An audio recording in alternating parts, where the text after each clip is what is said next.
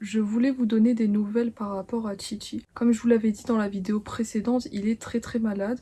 Et donc suite à l'intervention d'urgence à domicile pour les premiers soins, ce qu'il a sauvé sur le coup en gros, il nous a dit qu'il fallait le lendemain même le faire hospitaliser, parce que dans cette situation-là, c'est ce qu'il faut faire. Mais le problème, comme je vous l'avais dit, les soins coûtent extrêmement cher, et donc surtout le week-end, ce qui fait que je lui ai dit que j'allais attendre d'ici lundi, donc pour pouvoir l'emmener dans la structure où je vous avais dit qu'ils baissent les prix pour les personnes qui n'ont pas beaucoup de revenus et tout ça. Et donc le docteur m'a donné entre-temps des médicaments afin qu'il puisse patienter d'ici lundi. Mais bon, ça c'était surtout pour le faire prendre sur sa douleur pour qu'il survive un maximum d'ici lundi. Mais entre-temps, ça a été juste horrible. On pensait qu'il allait aller mieux parce que le lendemain matin, ça allait plutôt bien, puis petit à petit, il a commencé à se dégrader de plus en plus.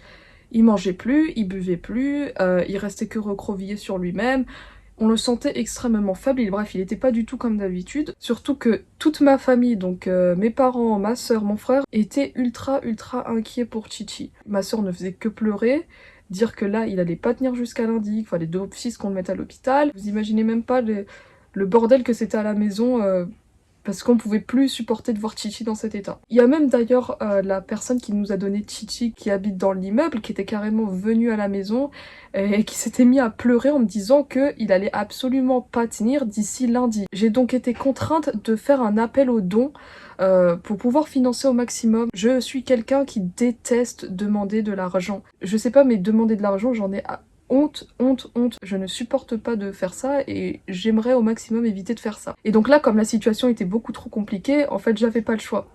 Et là, je m'attendais pas à recevoir à ce point du soutien. Vous avez été nombreux à partager le lien de ma cagnotte, mon PayPal et tout ça, et je m'attendais tellement pas à ça. Franchement, je ne sais pas comment vous remercier pour ces dons-là. Merci infiniment. Donc ce qui fait que en fin de soirée, j'appelle une clinique vétérinaire. Donc c'est une clinique vétérinaire qui est ouverte 24 heures sur 24, donc qui accueille les urgences et tout ça. Du coup, c'est toujours en banlieue parisienne. Et donc là, je les appelle et je leur explique la situation. Et là, je demande combien est-ce que ça doit coûter. Dans ma dernière vidéo, je vous avais dit que le docteur, il m'avait dit fallait compter plus de 100 € pour une journée, plus le week-end les prix sont doublés. Je me suis dit, il l'a dit de cette façon-là, ça doit pas être énorme la somme. Puis là, la vétérinaire au téléphone me dit que ça va coûter entre 600 et 800 €, mais qu'il fallait plus compter dans les 800 € pour 48 heures d'hospitalisation. Puis là, je fais 800 €.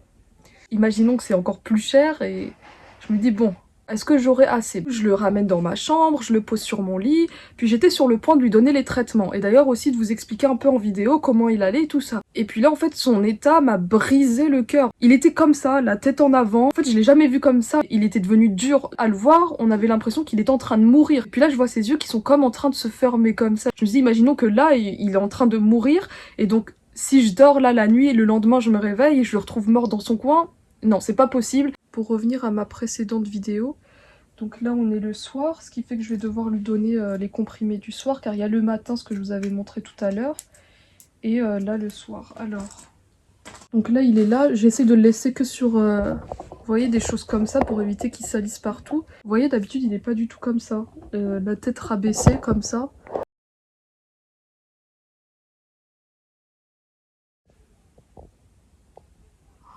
Titi?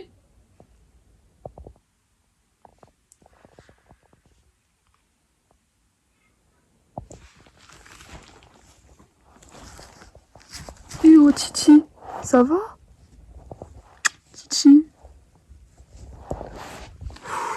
Bordel.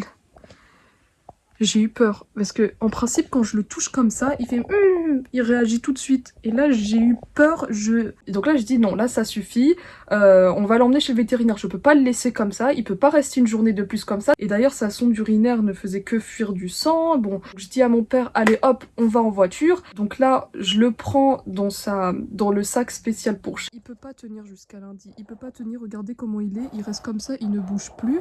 Enfin on va l'emmener dans une clinique qui est urgence. Bon, du coup là, je leur ai dit que j'allais venir. Je vais le prendre. Une grosse galère pour le mettre là, donc je porte comme ça le sac pour éviter qu'il se fasse mal. Oh punaise, c'est lourd. Ensuite, mon père m'a accompagné en voiture.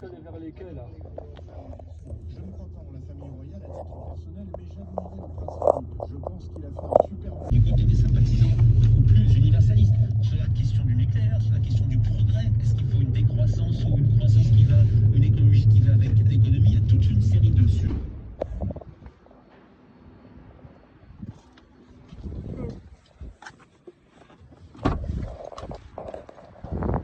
Et ensuite, une fois qu'on arrive chez le vétérinaire, on se présente à l'accueil, donc elle est au courant de ce qui se passait. Je donne le compte-rendu de ce qui a été fait à la maison. Et puis là, on attend avec Chichi dans la salle d'attente. J'étais extrêmement stressée, je pouvais pas rester en place.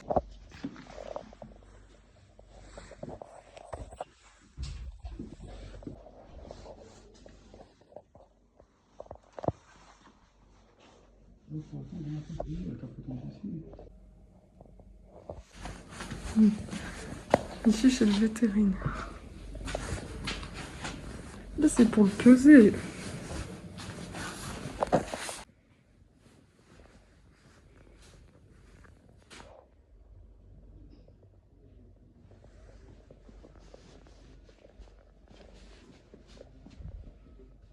Ensuite, il y a une dame qui vient, qui le prend avec le sac. Donc elle me dit que là, ils vont s'occuper de lui, le placer dans un box, sachant que Chichi déteste le vétérinaire, tout simplement car il y a des odeurs de chat, il y a des odeurs d'animaux, de chiens et tout, et lui, il a horreur des autres animaux. Pour vous dire, mon chat, un jour, je lui ai ramené un pigeon à la maison, il a eu peur. Et du coup, je me suis dit, mais qu'est-ce qu'ils sont en train de lui faire? Parce que en principe, il crie énormément quand quand il le touche et tout ça. Donc j'entendais rien. Puis au bout d'un moment, j'entends, et puis là, je me dis, ah bah voilà, c'est bon, ils sont en train de le toucher. Donc, moi et mon père, on est dans la salle d'attente, on entend des crrr. Donc là, bien sûr, j'ai tout de suite reconnu ces cris. Ouais, écoutez, quand il crie, on attend. Là, il a crié une fois, par exemple. Le pauvre. Le pauvre. Ils sont deux, c'était le docteur et la première. Bah ouais, ils sont que deux. C'est lui qui a ils vont endormir, c'est sûr. Ensuite, on a attendu assez longtemps. Donc, il y a un vétérinaire qui m'appelle. Donc là, du coup, il m'a reçu dans son bureau pour pouvoir m'expliquer. Il m'explique un peu, il me dit qu'il a un globe urinaire. Donc en fait, il faudrait trouver l'origine, pourquoi c'est arrivé. Ils vont faire une radio pour voir la taille des calculs. Il a dit qu'il faudra nécessiter une échographie pour vérifier. Puis il m'a dit des tas de choses qu'ils allaient faire, une prise de sang. Et en fait, lorsque les calculs urinaires ont lieu chez les chats, vous voyez ce qu'il lui a fait le vétérinaire à la maison, donc c'est-à-dire le vider sa vessie, lui mettre une sonde urinaire.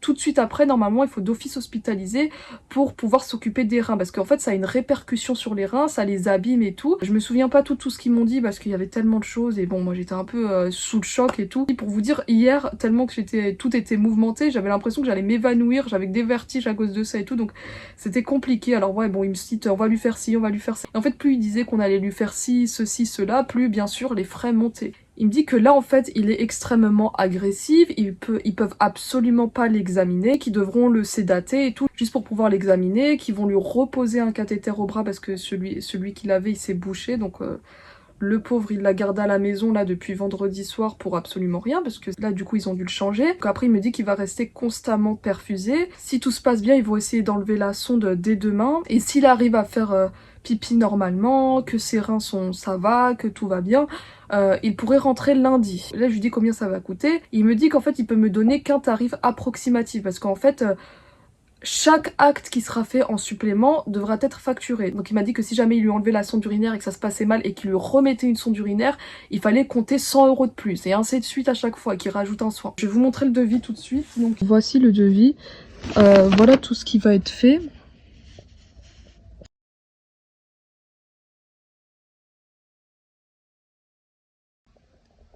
Et voici le tarif total. Comme vous pouvez le voir, c'est extrêmement cher de payer 743 € et c'est uniquement pour 48 heures. Donc ça, si tout se passe bien, s'il n'a pas à me facturer des choses en plus, il sort lundi matin. Et en plus, lorsqu'il m'a donné ce devis, il m'a répété à plusieurs reprises « Attention, c'est approximatif, c'est juste pour vous donner une idée de prix, ça veut pas dire que ce sera ça, ça pourrait être plus, et tout ça. » Et en plus, j'ai appris que dans les provinces, c'est moins cher. Donc là, il y a le fait que ce soit la nuit, que ce soit le week-end, que ce soit les urgences, que ce soit en banlieue parisienne, et voilà. Je demande à le voir une dernière fois avant de partir. Là, moi et mon père, on va le voir dans sa petite cabine. Ça fend le cœur de les voir tous comme ça, là, alignés dans leur petit lit. Il se ressemble un peu. Oui, il se ressemble. On va le... Ça y est, On va le Titi. sédater, ce que je disais à madame, on va le sédater pour pouvoir reposer un cathéter, lui faire une petite Ouais, il faut le faire dormir, Parce que sinon, sinon, parce que c'est pas possible. Non, non, il est trop nerveux, c'est ça, il est toujours comme ça. Donc voilà, je l'ai laissé là et puis ils m'ont dit qu'ils allaient appeler tous les jours pour donner des nouvelles. Donc là, si j'ai pu l'emmener chez le vétérinaire, c'est en partie grâce à vous. En fait, il y a eu de plus en plus de dons sur PayPal. Du coup, je suis arrivée à 500 et quelques, 510, quelque chose comme ça. Et là, je sais pas pourquoi, mais mon PayPal s'est bloqué. Plus personne ne pouvait me déposer de l'argent. Et là, je vois, et en fait, apparemment, sur les règlements PayPal, t'as pas le droit de recevoir plusieurs dons d'un seul coup. Pour ça, il faudrait ouvrir une cagnotte et tout. Moi, je savais pas. Moi, j'ai fait avec le premier lien que j'avais, ce qui fait que j'ai plus pu recevoir de dons PayPal. Et après, j'ai voulu transférer en moins ça sur mon compte. Parce que le temps que ça rentre sur mon compte, j'espère juste que ça arrive avant de sortir Titi du vétérinaire. Comme ça, je pourrais te payer directement avec ça. J'ai transféré une partie de l'argent, environ 200 € sur mon compte. Ils m'ont dit qu'il fallait attendre 2 jours pour que ça rentre, mais le problème, après quand j'ai voulu retransférer les 200 et quelques, eh bien ça me fait que j'ai transféré trop d'un seul coup. Alors je comprends pas, j'aurais même pas dû faire sur PayPal depuis le début. Je connais pas trop les règlements et tout de ça. Donc je savais pas du tout que un truc comme ça pouvait arriver. Bon, j'espère juste que l'argent va rentrer, sinon PayPal c'est des voleurs. Enfin, en principe, il n'y a pas de raison que l'argent ne rentre pas. Je veux dire, si c'est attribué dans mon compte, c'est censé rentrer après. Ce qui fait que j'avais également ouvert une cagnotte Litchi, mais que j'avais pas beaucoup partagé. J'étais assez loin encore des frais là à dépenser, surtout pour le après et tout ça. Donc ce qui fait que là, vous avez été encore nombreux à partager. Et le lendemain, donc là on est dimanche, là je reçois en début d'après-midi, la somme est atteinte à 1067 €.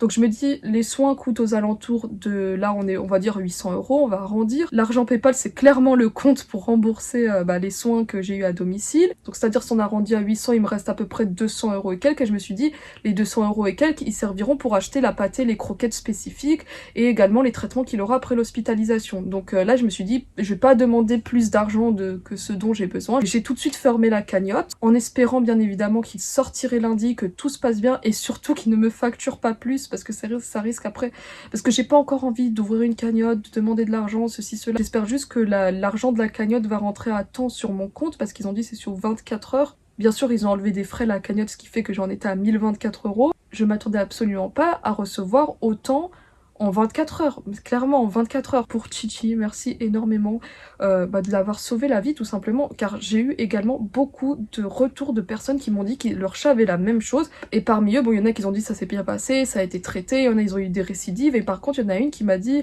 qu'elle a pas traité son chat à temps, elle a attendu plusieurs jours et tout, et au final, lorsqu'elle a dû le faire hospitaliser parce que c'était trop, ils lui ont fait les soins mais ça marchait pas, ils ont dû l'euthanasier. Donc heureusement qu'on n'est pas arrivé à ce stade-là. Donc ensuite on l'a laissé à l'hôpital, mon père et moi on est rentrés à la maison, et là comment vous dire que ça faisait hyper bizarre d'être à la maison sans Titi. Il a toujours été là partout. Alors déjà quand je dormais sur le lit, j'avais toujours la sensation que Titi était là. Je me levais en plein milieu de la nuit pour aller le chercher pour qu'il dorme avec moi. Puis après je me rends compte, ah bah oui c'est vrai, il est pas là. Et pareil, ça a été comme ça toute la journée d'aujourd'hui. Donc ce qui s'est passé aujourd'hui, les visites ne sont pas autorisées le dimanche. Donc j'ai juste des nouvelles par téléphone. Et là on m'annonce qu'en fait ils lui ont fait une radio. Et que la radio montre qu'il a de gros calculs urinaires. Donc là ils étaient en train de stabiliser. Normalement je pense qu'ils ont réussi à le stabiliser avec des perfusions. Donc il est constamment perfusé avec des produits donc pour ses reins et tout ça. Donc je lui demande au téléphone, est-ce qu'il va bien, est-ce qu'il est calme? Elle me fait oui il est très calme, pour l'instant ça va aller. Elle me dit qu'ils vont essayer de retirer la sonde urinaire demain pour voir si tout se passe bien. En fait du coup ce qui m'inquiète là c'est le fait qu'ils m'ont dit qu'il avait de gros calculs urinaires. Et je me demande en fait ça va pas nécessiter plus de soins que d'ici lundi. Et deuxièmement il m'avait dit que de base il devait lui retirer la sonde urinaire dimanche, donc c'est à dire le lendemain pour pouvoir voir.